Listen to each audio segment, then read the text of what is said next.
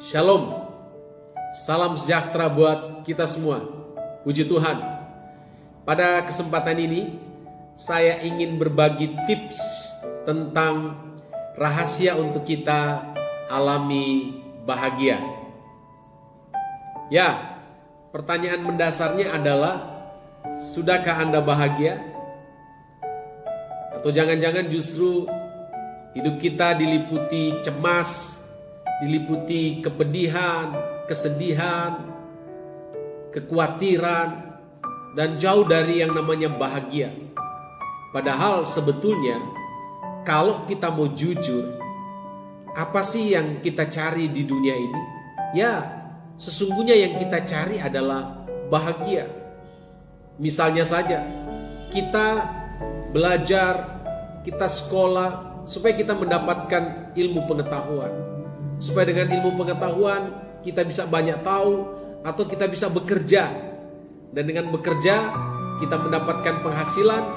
Dan dengan penghasilan itu kita bisa memenuhi kebutuhan-kebutuhan kita. Untuk apa? Untuk bahagia. Atau misalnya kita mencari pasangan untuk berkeluarga. Tujuannya apa? Untuk bahagia sesungguhnya. Dapat anak, kita besarkan anak, sekolahkan mereka supaya mereka menjadi anak-anak yang sukses, berhasil. Untuk apa? Untuk bahagia. Jadi sesungguhnya kalau ada pertanyaan, apa sih yang kita cari di dunia ini? Ya, kebahagiaan. Namun pertanyaannya adalah, sudahkah kita bahagia? Nah, pada kesempatan ini saya ingin berbagi tips untuk kita bisa senantiasa bahagia dalam hidup ini. Yang pertama, untuk kita bisa bahagia adalah kita harus bisa menerima diri kita apa adanya. Ya, banyak orang yang tidak mengalami bahagia karena dia tidak menerima diri. Dia tidak puas dengan keberadaan dirinya. Termasuk mungkin kalau ada kekurangan-kekurangan, dia ratapi nasibnya. Kalau engkau mau bahagia, pertama engkau harus berdamai dengan dirimu. Dengan kata lain, engkau harus menerima dirimu apa adanya. Dan engkau harus sadar bahwa engkau adalah ciptaan khusus dari Tuhan. Kenapa? Karena retina matamu satu-satunya di dunia ini dan tidak ada duanya. Sidik jarimu satu-satunya di dunia ini. Dari sekitar 7 miliar penduduk dunia, sidik jarimu satu-satunya dan tidak ada duanya. Dan artinya apa? Engkau diciptakan spesial. Engkau diciptakan khusus oleh Tuhan. Sehingga ya, engkau harus menerima dirimu apa adanya. Bahkan engkau harus bersyukur karena engkaulah yang terbaik yang Allah ciptakan. Haleluya. Yang kedua, untuk kita bisa bahagia adalah kita harus fokus kepada apa yang ada pada kita. Banyak orang yang sulit mengalami kebahagiaan karena dia fokus kepada apa yang belum dia miliki. Saya kasih contoh. Ada orang yang sudah memiliki sepeda motor, tapi dia punya kerinduan untuk mendapatkan mobil. Sehingga dia begitu berkonsentrasi untuk mendapatkan mobil. Dia bekerja untuk mendapatkan mobil. Dia fokus untuk mendapatkan mobil. Dan seakan-akan hidupnya belum lengkap kalau belum mendapat mobil. Seakan-akan dia tidak akan puas kalau dia belum mendapatkan mobil. Sehingga dia mengejar apa yang namanya mendapatkan mobil itu. Dan akhirnya dia lupa bahwa dia sudah punya sepeda motor yang harusnya dia syukur. Jadi untuk kita bisa bahagia, coba kita fokus kepada apa yang sudah ada pada kita. Haleluya. Yang ketiga, untuk kita bisa bahagia adalah kita harus yakin bahwa semua yang ada pada kita itu pemberian Tuhan.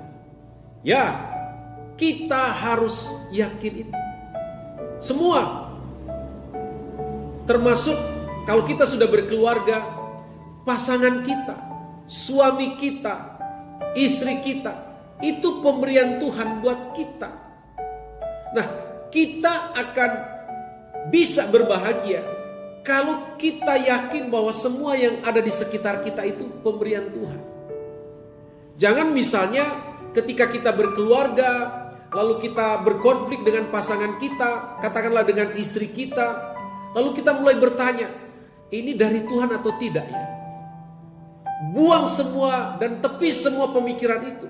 Siapapun engkau harus melihat bahwa istrimu itu adalah pemberian Tuhan bagimu. Engkau harus melihat bahwa suamimu adalah pemberian Tuhan bagimu. Lihat dia sebagai hadiah dari Tuhan untukmu. Termasuk anak-anakmu. Meskipun mungkin mereka tanda petik agak susah diatur, tapi engkau harus yakin bahwa mereka pemberian Tuhan bagimu. Termasuk tetangga-tetanggamu. Mereka Tuhan izinkan ada di sekitarmu untuk membentuk dan mendewasakan engkau. Meskipun mungkin ada tetangga yang cerewet, ada tetangga yang kepo, ada tetangga yang gampang tersinggung. Tetapi engkau harus melihat mereka sebagai orang-orangnya Tuhan, supaya engkau bisa bahagia. Termasuk kalau engkau mungkin seorang gembala, engkau harus melihat bahwa semua jemaat adalah orang-orangnya Tuhan yang Tuhan percayakan untuk kita gembalakan. Gembalakan mereka sebaik mungkin, dan itu akan membuat kita bahagia. Atau mungkin sebaliknya, kita jemaat, kita harus melihat bahwa gembala kita itu orangnya Tuhan, itu pemberian Tuhan untuk menggembalakan kita. Supaya dengan demikian kita bisa bahagia ketika kita tahu bahwa semua yang ada pada kita, termasuk orang-orang di sekeliling kita, adalah pemberian Tuhan. Dan Tuhan tidak pernah salah. Haleluya. Kemudian yang keempat, untuk kita bisa bahagia adalah belajar hidup di masa kini. Ya, banyak orang yang tidak mengalami bahagia karena dia terpenjara dengan kehidupan masa lalu, atau mungkin dia terlempar jauh ke depan dengan lamunan-lamunan yang sebetulnya tidak produktif. Dan akhirnya dia lupa mengisi hari ini dengan hal-hal yang bernilai, yang bermakna, dan bersifat kekal. Kalau engkau mau bahagia, ya hiduplah di masa sekarang ini. Dan isilah kesempatan yang Tuhan izinkan kita lewati dengan hal-hal yang bermakna.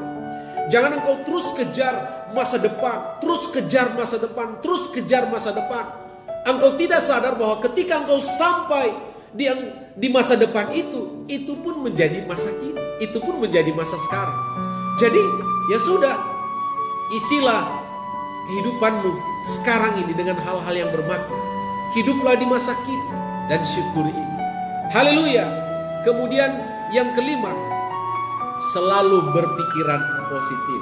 Ya, selalu berpikiran positif. Meskipun mungkin engkau dikelilingi oleh orang-orang yang tentu saja ada kekurangan, ada kelemahan, ada keterbatasan.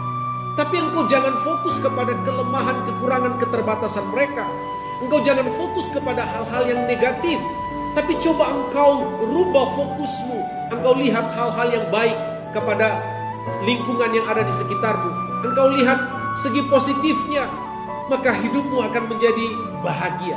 Haleluya, haleluya. Kemudian yang keenam, belajar memaafkan. Ya, belajar memaafkan. Karena kalau engkau orang yang sulit memaafkan, saya juga bisa pastikan engkau sulit alami bahagia. Engkau akan terpenjara dengan sakit hati. Engkau akan terpenjara dengan kepahitan.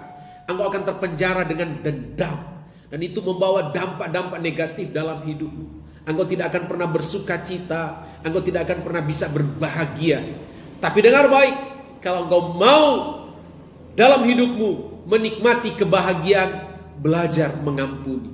Belajar memberikan maaf kepada kesalahan orang, kepada ruang kekeliruan orang. Maka disitulah letak kebahagiaanmu. Dan yang ketujuh, kembangkan rasa syukur dalam hidupmu. Haleluya, haleluya. Ya, kita harus kembangkan sebuah sikap hidup yang senantiasa bersyukur dan terus bersyukur kepada Tuhan. Mungkin engkau bilang begini, bagaimana mungkin kita bersyukur kalau keadaan semua sulit? Bagaimana mungkin kita bersyukur kalau kita dalam keadaan kesulitan, kesukaran? Dengar baik, bagi saya bersyukur itu bukan masalah sulit atau mudah. Bersyukur itu bukan masalah berat atau ringan, tapi bersyukur itu masalah pilihan. Ya, masalah pilihan. Kita mau memilih taat atau tidak. Kalau kita mau memilih taat, mau tidak mau, kita harus bersyukur. Karena firman Allah berkata demikian, bersyukurlah dalam segala sesuatu. Jadi, mari kita bersyukur. Kembangkan hidup yang punya rasa syukur yang luar biasa kepada Tuhan. Karena itulah salah satu kunci untuk kita berbahagia dalam hidup ini. Dan jangan lupa, dengan kita bahagia, dengan kita senang, dengan kita sukacita, itu meningkatkan imunitas tubuh kita. Dan ketika imunitas tubuh kita meningkat, maka kita tidak gampang terserang sakit penyakit. Jalani hidup yang berbahagia. Tuhan Yesus memberkati. Haleluya, haleluya, haleluya.